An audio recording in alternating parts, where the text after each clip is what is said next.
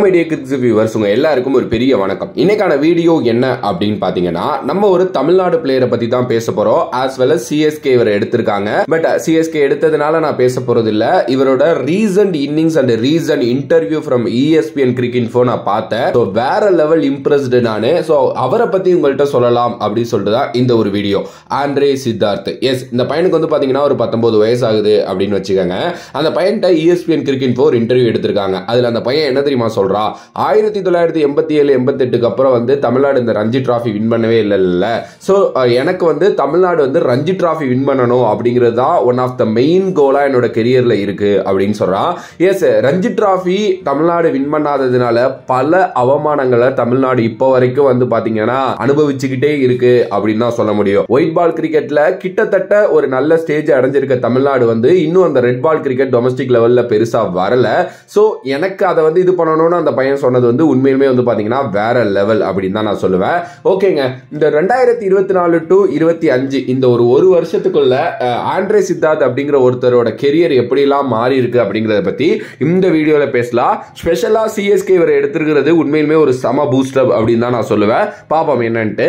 Andre Siddarth from Tamil Nadu. Yes, அவர் வந்து பாத்தீங்கன்னா TNPL வந்து ஜூலை 2024 டெபியூ ஆனாரு. ஒரு நல்ல TNPL சீசன் அவருக்கு இருந்ததுனால ரஞ்சி டிராஃபிக்ல வந்து பாத்தீங்க அப்படின்னா அவர் வந்தாரு. ரஞ்சி டிராஃபிக்ல வந்து 6 இன்னிங்ஸ்ல 450 வந்து பாத்தீங்கன்னா அங்க அடிச்சிருந்தாரு.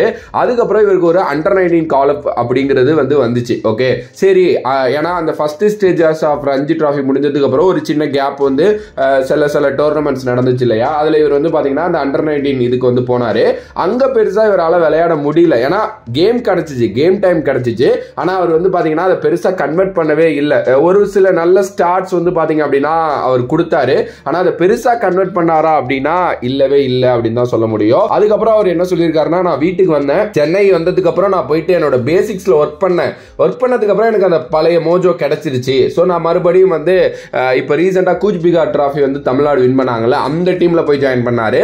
அது சூப்பராவே ஆடி அண்டர்-19 கூச் பிகார் டிராஃபி அடிச்சுட்டு வந்துட்டாங்க தமிழ்நாடு அகமதாபாத்ல. சோ அது வேற லெவல் மூவ்மெண்ட். ஏன்னா ரொம்ப வருஷம் ஆச்சுன்னு நினைக்கிறேன் கூச் பிகார் டிராஃபி தமிழ்நாடு அடிச்சுமே. கிட்டத்தட்ட 91-92 தான் அடிச்சாங்க. அதுக்கப்புறம் இத்தனை வருடங்கள் கழித்து இப்ப இந்த சின்ன பசங்க அந்த அடுத்த செட் ஆஃப் அண்டர்-19 தமிழ்நாடு டீம் வந்து எடுத்துட்டு வந்தாங்கல்ல, அது வேற லெவல். திருப்பி இப்ப செகண்ட் ரஞ்சி டிராஃபியோட அந்த இது ஆரம்பிச்சிருச்சு. ஓகே, இதுல வந்து பாத்தீங்கன்னா நேத்து அவர் ஒரு செஞ்சுரி அடிச்சிருக்காரு. எஸ், சீரியஸ்லி வந்து வேற லெவல் பிளேயருங்க. எஸ், அவர் ரொம்ப பெருசா எல்லாருமே வந்து பாத்தீங்கன்னா பேசுறாங்க. ரவிச்சந்திரன் அஸ்வின் சொல்லியிருக்காரு, அவர் வந்து பாத்தீங்கன்னா ஒன் ஆஃப் த பெஸ்ட் பிளேயரா அடுத்து தமிழ்நாட்டுல இருந்து வர்றதுக்கு நிறைய சான்சஸ் இருக்கு அப்படின்னு சொல்லிட்டு. இதுல சூப்பரான விஷயம் என்னன்னா, நீங்க அவர் பேட்டிங் ஆடுறத பாக்குறப்போ வந்து பாத்தீங்கன்னா கியூட்டா அப்படியே முரளி விஜய் பாக்குற மாதிரியே இருக்கும். முரளி விஜய் கிட்ட ஒரு செம்ம கிளாஸியான கேம் இருக்குங்க. அவரோட கவர் டிரைவா இருக்கட்டும், இல்ல அவர் வந்து அந்த ஒரு ஷாட் புல் பண்ணுவாரு அதுவா இருக்கட்டும், அண்ட் அவர் விளையாடுற நிறைய ஷாட்ஸ் வந்து அவ்வளவு கிளாஸியா இருக்கும். ஆண்ட்ரே சித்தார்த் வந்து அப்படியே முரளி விஜய் ரிமெம்பர் பண்றாரு அப்படின்னு தான் நான் சொல்லுவேன். நான் மட்டும் இல்ல, நிறைய பேர் அதை சொல்லியிருக்காங்க. ஏன்னா இன்னொரு முரளி விஜயை பாக்குற மாதிரி இருக்கு அப்படிங்கிற மாதிரி தான் சீரியஸ்லி இருக்கு. அந்த பையன் ரொம்ப சின்ன பையன், ஆனா பயமே இல்லாம கிரிக்கெட் ஆடுறான் அப்படிங்கிறது தான் உண்மையான விஷயம். ஏன்னா தன்னோட முதல் ரஞ்சி டிராஃபிலேயே உள்ள போய் அவரோட ஸ்கோர் என்ன தெரியுமா, 38 ஃபர்ஸ்ட் இன்னிங்ஸ், அடுத்து 66 நாட் அவுட், 55 நாட் அவுட், 41, 94, 78 அப்படின்னு சொல்லிட்டு ஒரு பயங்கரமான ரஞ்சி டிராஃபி ஸ்கோர். அதுக்கப்புறம் இப்ப நேத்து வந்து செஞ்சுரி. எஸ், சீரியஸ்லி வேற லெவல் மேட்டர் அப்படின்னு தான் நான் சொல்லுவேன். எஸ், ஆப்வியஸ்லி வந்து இவருக்கு பின்னாடி இன்னொரு ஸ்டோரி இருக்கு. ரீசெண்டா வந்து உங்க எல்லாருக்குமே தெரியுமா அப்படிங்கிறது வந்து தெரியல. இவர் வந்து லைக் ஸ்ரீதரன் சரத் அப்படின்னு சொல்லிட்டு நம்மளோட நேஷனல் செலக்டர் ஒருத்தர் இருக்கார் இந்தியா சைட்ல. இவருக்கு வந்து அவர் மாமா அப்படின்னு வந்து அவர் அந்த இன்டர்வியூல மென்ஷன் பண்ணியிருந்தாரு. ஆக்சுவலி எனக்கு வந்து அது தெரியாது. ஸ்ரீதரன் சரத் வந்து இந்தியா ஆன பிளேயர் கிடையாது, பட் தமிழ்நாட்டுக்காக அவர் வந்து பாத்தீங்க அப்படின்னா நிறைய பண்ணிட்டு போயிருக்காரு அப்படின்னே சொல்லலாம். ஒரு வேற லெவல் பிளேயர் அப்படிங்கிறதுல மாற்றுக்கிறதே இல்லை. ஸோ அவங்க ஃபேமிலியில வர்ற ஒரு பிளேயர் தான். ஆக்சுவலி CSK இவர் வந்து கிட்டத்தட்ட 30 லட்சம் ரூபாய்க்கு எடுத்திருக்காங்க. எஸ், நான் ஒத்துக்கிறேன், ஸ்ட்ரைட்டாவே பிளேயிங் 11 இவரால் வந்து பாத்தீங்கன்னா வர முடியாது, அது அக்செப்டட் தான். ஆனா இவர் வந்து க்ரூம் பண்ணலாங்க. மேபி ஒரு நெக்ஸ்ட் ஒரு பிளேயரா வந்து இவரை க்ரூம் பண்றதுக்கு நிறைய சான்சஸ் இருக்கு. நெட்ஸ்ல இவரை பார்த்துட்டாங்க அப்படின்னா இவர் விளையாடுற கேம் நேம் எல்லாமே கண்டிப்பா அவங்களுக்கு ரொம்ப பிடிச்சி போகும் அப்படின்னு தான் நான் நினைக்கிறேன். ஆப்வியஸ்லி வந்து பாத்தீங்கன்னா கொஞ்சம் நிறைய க்ரூம் ஆயிட்டாரு அப்படின்னா எனக்கு தெரிஞ்சு சிஎஸ்கேல ஒரு பெரிய பார்ட்டா இருக்கிறதுக்கு நிறைய சான்சஸ் இருக்கு.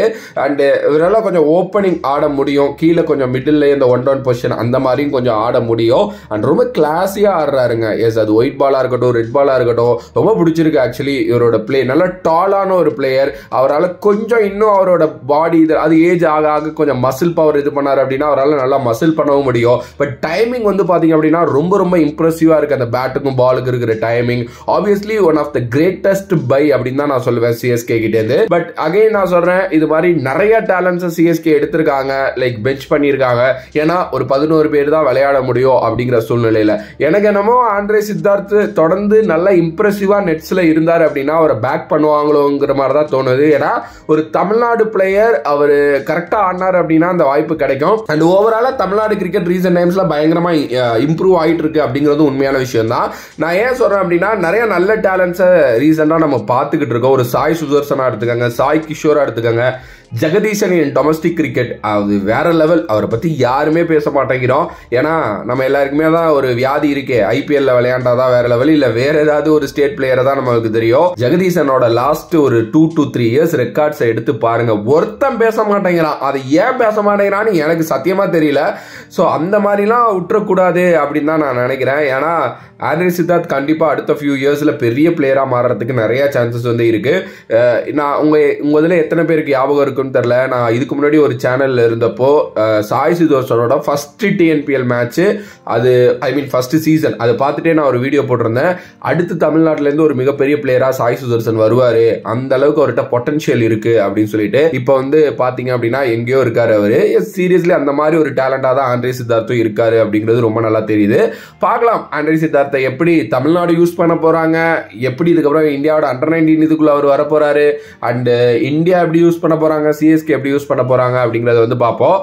மோர் ஓவர் டொமஸ்டிக் கிரிக்கெட் மேல நிறைய பேர் ஃபோக்கஸ் வச்சாங்க அப்படின்னா நிறைய தமிழ்நாடு டேலண்ட்ஸ் வந்து பாத்தீங்கன்னா இந்தியா ஆடுறதுக்கு நிறையவே சான்சஸ் இருக்கு. அகைன் அண்ட் அகைன் சொல்றதுதான், ஒரு லைக் ஜெகதீசனா இருக்கட்டும், இப்போ ஆண்ட்ரே சித்தார்த் நல்ல இம்ப்ரெசிவா இருக்காரு. இன்னும் ஒரு 2 to 3 சீசன் இது மாதிரி ஆடினார் அப்படின்னா இவரா இருக்கட்டும், ஆப்வியஸ்லி சாய் சுதர்சனா இருக்கட்டும், இன்னும் நிறைய பேர் சொல்லிக்கிட்டே போகலாங்க. லைக் பூபதி குமார்னு நினைக்கிறேன், அப்படி பிரசோத் ரஞ்சன் பால்னு ஒருத்தர் இருக்காரு. நிறைய டேலண்ட்ஸ் இருக்காங்க, பவுலர்ஸ்லாம் சொல்லவே தேவையில்ல, அவ்வளோ பேர் இருக்காங்க.